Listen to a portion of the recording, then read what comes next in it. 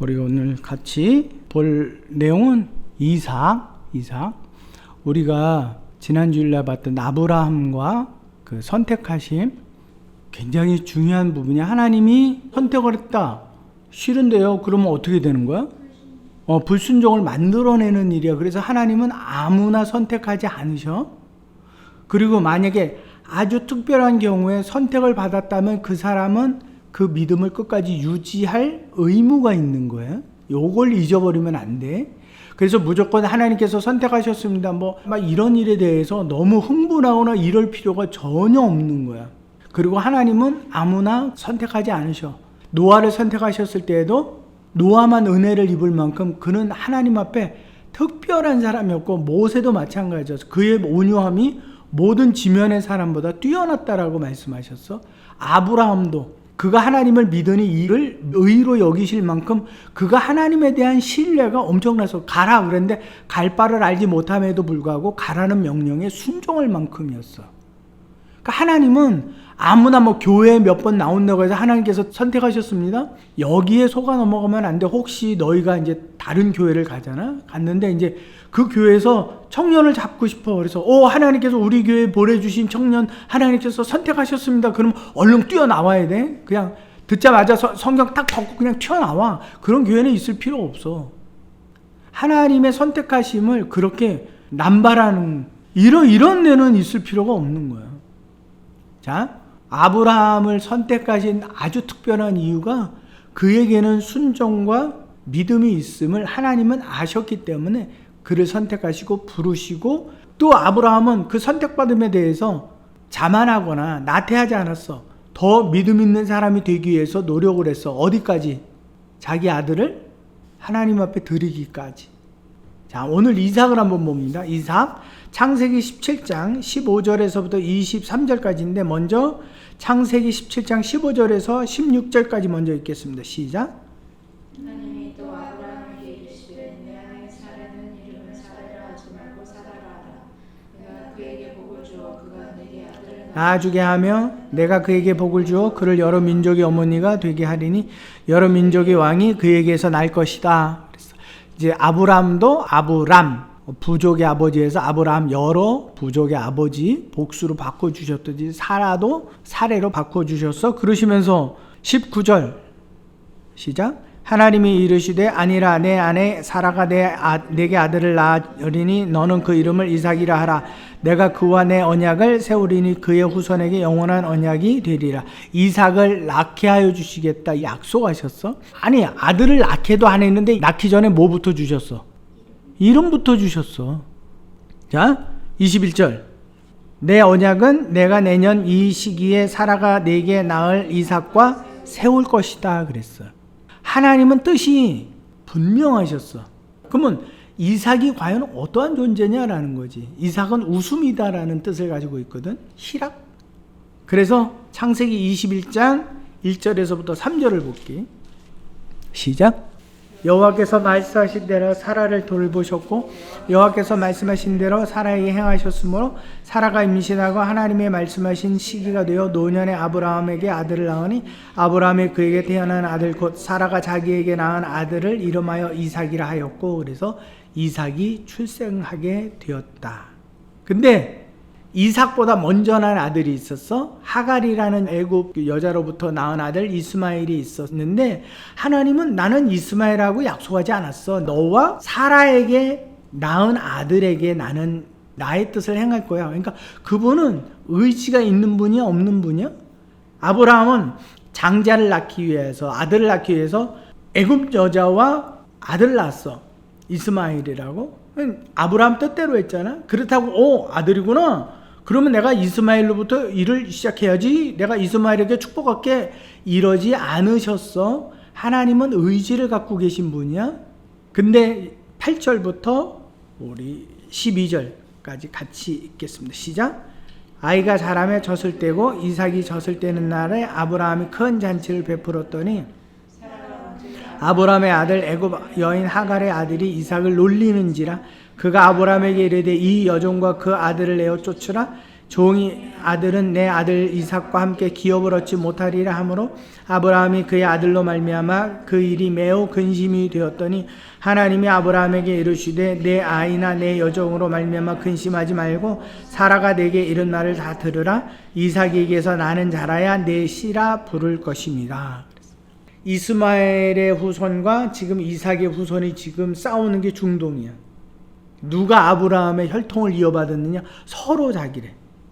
사실 어떤 면에서 보면 지금 틀린 말은 아니야. 이스마엘 자손도 아브라함의 자손이고 이삭의 자손도 아브라함의 자손인데 서로들 주장하는데 누가 옳은지는 아직 몰라. 우리는 성경을 통해서 정통성을 이해는 하지. 근데 아직 그들 안에서는 이스마엘 후손들에게 있어서는 이게 이해가 된다 안 된다? 이해도 안 되고 인정도 안 된다.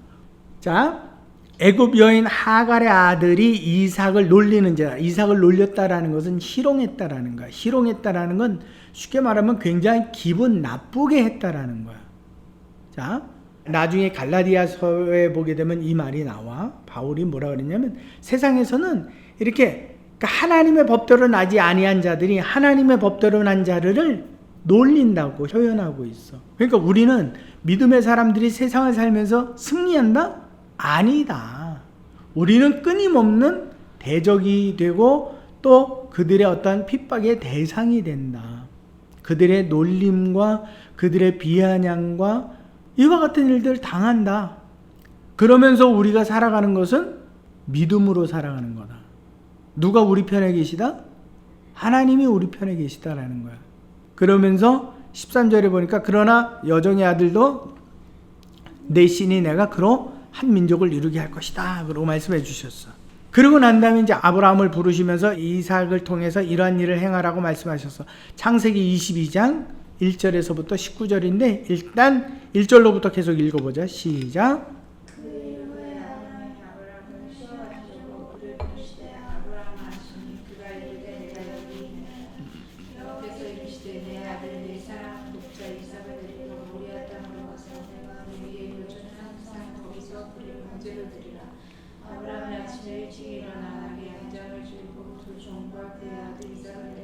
번제에 쓸 나무를 쪼개어 가지고 떠나 하나님이 자기에게 일러주신 곳으로 가더니 제3일에 아브라함이 눈을 들어 그곳을 멀리 바라본지라.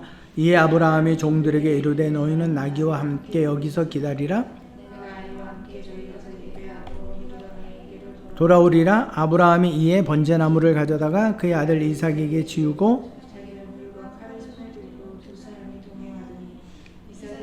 아버지 아브라함에게 말하여 이르되 내 아버지여 하니 그가 이르되 내 아들아 내가 여기 있노라. 이삭이 이르되 불과 나무는 있거니와 번제할 어린 양은 어디 있나이까? 아브라함이 이르되 내 아들아 번제할 어린 양은 하나님이 자기를 위하여 친히 준비하시리라 하고 두 사람이 함께 나아가 하나님이 그에게 일러준 곳에 이른지라. 이에 아브라함이 그곳에 제단을 쌓고 나무를 버려놓고 그의 아들 이삭을 결박하여 제단 나무 위에 놓고 손을 내밀어 칼을 잡고 그 아들을 잡으려 하니. 그랬어. 아주 중요한 부분이야. 아브라함에게 있어서는 이스마엘도 내어 쫓았어. 지금 자기에게는 자기 대를 이을 아들이 누구밖에 없어? 이삭 하나밖에 없어. 근데 하나님이 이삭을 번제로 드리래. 아브라함은 너무 당황스러웠어. 근데 아브라함은 어떻게 했어? 순종했어. 이게 사람의 이성적으로 그럴 수 없어요. 이게 말이 안 되잖아요. 줄 때는 언제고 뺏어갈 때는 언제예요? 이게 말이 되는 거예요? 내 이성으로 그분을 판단할 수가 없어. 우리에게 요구되는 것은 절대 순종이야. 하나님은 이러한 아브라함이라는 것을 알았기 때문에 그를 선택하셨던 거예요. 자, 그 다음에 이삭도 따라가는데 여기에 대해서는 엄청난 이야기들이 있지만 따라가는데 양이 어디 있어요? 하나님께서 친히 준비하실 거야. 그러고 나서 이삭을 잡으려고 밧줄로 꽁꽁 묶어놓고 나무 위에다가 딱 놨어. 이삭이 다리가 없어, 손이 없어. 그치? 도망가도 되는 거잖아. 그래서 아버지 아브라함은 이미 막 늙었어. 최소한도 120살이 넘었단 말이야. 그러니 이삭은 도망가도 되는데 이삭은 어떻게 했어? 그냥 순순히 받아들였어. 이게 순종이야. 우리 안에서는 이게 이해가 안 되는 거야. 어떻게 아버지, 우리 같으면 뭐라 그래? 아버지 그럴 수 있어요? 아버지가 정말 나 사랑했단 말이에요? 막 이러고 나올 거야. 근데 이해가 안 가. 아버지의 행동이 이해가 안 돼. 근데 한 가지는 있어. 이삭이 나중에 보면 알겠지만 이삭의 생각 속에 내 아버지는 하나님의 믿음 안에서 살아간다라는 뚜렷한 증거가 있어. 그러니까 거기에 대하여서 이삭은 뭐 한 거야? 순종한 거야. 우리는 이 성경에 문자대로 기록된 것만 믿는다? 그건 바보야. 성경은 아주 중요한 핵심을 잊어버리지 않도록 기록한 책이지 모든 사건의 정황들, 마음속까지 다 일일이 다 기록하지 않아. 우리에게는 오히려 상상력, 유추적 해석 능력을 주셔서 그래서 이 정황들을 보고 전체 종합적으로 보았을 때 이삭이 왜 순종했을까? 아브라함이 그냥 아버지였어. 하나님을 모르는 그냥 아버지였어. 그랬으면 이삭은 도망갔을 수도 있어. 근데 그가 도망가지 못하는 건 아브라함을 통해서 본 하나님의 권위가 있었단 말이에요. 아버지는 하나님의 권위에 순종하고 나는 그를 통해서 아버지께 순종하는 거예요. 그래서 그는 그걸 순적히 받아들였어. 받아들였더니 자 11절 말씀 시작. 여호와의 사자가 하늘에서부터 그를 불러 이르되 아브라함아 아브라함아 하시는지라 아브라함이 이르되 내가 여기 있나이다 하며 사자가 이르되 그 아이에게 내 손을 대지 말라 그에게 아무 일도 하지 말라 내가 내 아들 내 독자까지도 내게 아끼지 아니하였으니 내가 이제야 내가 하나님을 경외하는 줄. 자, 하나님의 천사가 아브라함을 향하여서 만류해. 무엇을 보고 만류한 거야? 믿음을 보고 만류한 거야? 행위. 믿음은 행위로 증명이 된다라는 거야. 증명. 이거는 어설프게 죽일까 말까 죽이는 척 그 슬로우 비디오로 뚜뚜뚜뚜뚜 하면 천사가 막 하지 말라고 얘기할 때 내가 딱 끝쳐야지 이런 게 아니란 말이야. 그런 진심이었어. 하나님도 우리의 진심을 어떻게 한다? 달아보신다. 이게 진심인지 가짜인지. 그러니까 하나님 응답해 주시옵소서 응답 안 한다. 하나님이 우리 마음의 무게를 재어보았더니 얘가 진심으로 순종하기로 결단하고 하는지 그렇지 않으면 하나님을 떠보기 위해서 하는 건지 하나님은 아신다. 그래서 그런 식으로 물어보는 것에 대해서 하나님은 응답한다 안 한다? 안 한다. 아주 중요한 거야. 사울 이야기가 나오지. 사울이 하나님께 물어도 응답지 않으셔. 그래서 뭐래? 신접한 여인을 찾아가서 사무엘을 끌어올리라고 이야기하지. 근데 그럼에도 불구하고 하나님은 왜 사울에게 응답하지 않으셨을까? 그는 하나님의 뜻대로 순종할 게 아니라 전쟁에 이길지 질지를 미리 알아맞혀 보고 싶은 거야. 그러니까 하나님은 거기에 대해서 말씀하지 않으셔. 근데 바울 같은 경우는 네가 예루살렘에 가면 큰 해를 당할 것이다. 그래도 저는 그게 하나님의 뜻이라면 가겠습니다. 그때 하나님은 바울이 각 성에 도쳐 다니면서 내가 예루살렘에서 무엇을 행하리까 어떠한 일을 당하리까 그랬을 때 하나님은 낱낱이 다 말씀하셔. 왜? 말을 해도 얘는 안 도망가. 순종할 걸 알기 때문에. 아브라함에게 있어서는 이러한 부분들이 있었어. 그의 행위가 그의 믿음을 증명해 주는 거야. 우리는 자꾸 이 자기가 듣는 기준을 명백한, 정확한 분별력이라고 생각하는데 아니야. 전혀 아니야. 하나님은 홍해로 이스라엘 백성들을 출애굽한 백성들 밀어 넣으셔서 그들의 보기에는 갈 곳이 없었어. 그래서 모세를 원망하고 또 원망을 해. 하나님께서는 뭐 하시는 분이야? 웨이메이커야. 길을 만들어내시는 분이야. 내려오는 물을 멈추게 해서 젖은 그 바닥을 바람으로 말리셔서 그들로 마른 땅을 걷게 하시는 하나님이야. 그분에게 있어서는 무엇이든지 가능하기 때문에 어떤 요구도 괜찮아. 순종하기로만 한다면 그의 길을 가게 하는데 우리나라에도 뭐가 있지? 이게 물이 갈라지는 모세의 기적. 전 세계에도 몇 군데 있는 것 같더라고. 근데 물이 빠졌을 때 사람들이 걷는 거는 마른 땅이 아니야. 물이 빠진 길이었을 뿐이야. 근데 이스라엘 백성들은 마른 땅으로 건넜어. 이러한 경험을 가진 백성이 있었을까 없었을까? 없었다. 이걸 꼭 기억해야 돼. 이제야 내가 여호와를 경외하는 줄 알았노라. 그래서 13절 시작. 아브라함이 눈을 들어 살펴본 적 한 순양이 그 뒤에 뿔이 수풀에 걸려 있는지라 아브라함이 가서 그 순양을 가져다가 아들을 대신하여 번제로 드렸더니 아브라함이 그 땅 이름을 여호와 이레 하였으므로 오늘날까지 사람들이 이를 여호와의 산에서 준비되리라 하더라. 그러면서 15절 시작. 여호와의 사자가 하늘에서 여호와께서 이르시기를 내가 나를 가리켜 맹세하노니 내가 이같이 행하여 내 아들 내 독자도 아끼지 아니하였은즉 내가 내게 큰 복을 주고 내 씨가 크게 번성하여 하늘의 별과 같고 바다의 모래와 같게 하리니 내 씨가 그 대적의 성문을 차지하리라. 또 내 씨로 말미암아 천하 만민이 복을 받으리라. 이는 내가 나의 말을 준행하였음이라 하셨더라 하니라. 아주 중요한 부분이야. 아브라함에게 말씀하셨지만 사실은 그 아브라함을 통해서 순종한 이삭에게도 말씀하신 거예요. 이제 아브라함에게 이루시는 일이 아니라 이삭을 통해서 이루시는 일이야. 그러면 아브라함과 이삭이 도대체 하나님에게 한 일이 뭐야? 순종이야. 그 순종을 결단했을 때 하나님께서는 그들에게 이루 말할 수 없는 인간의 계산으로서는 어떻게 계산되지도 않고 예측되지도 않는 일들을 어떻게 만들어 가시는 거예요. 그거를 기적이라고 이야기하지. 사람들이 예측하지 못한 일이 현실에서 드러났다? 그것이 기적이라고 하는 거지. 아브라함과 이삭이 이걸 어떻게 경험을 해? 말씀하신 대로 준행하였더라. 아니 제사를 드리라 그래 놓고서는 아니 이제는 아들도 드리지 말라. 그러면 내가 여기 왜 왔어요? 그랬더니 하나님께서 무엇을 준비하셨어? 양을 준비하셨어. 그래서 대신하여 양으로 제사를 드렸어. 중요한 게 있어. 왜 하나님이 왜 양을 준비하셨을까? 이거 다 말면 아빠가 공짜 쏜다. 응? 힌트? 사람이 준비하는 것과 하나님이 준비하는 것의 차이점이야. 응? 그렇지. 그 깨끗함이 다른 말로 거룩, 온전함, 그거야. 사람이 양을 아무리 관찰을 한다 해도 그 양은 온전하다, 온전하지 않다? 분명히 이 세상의 것은 온전하지 않다.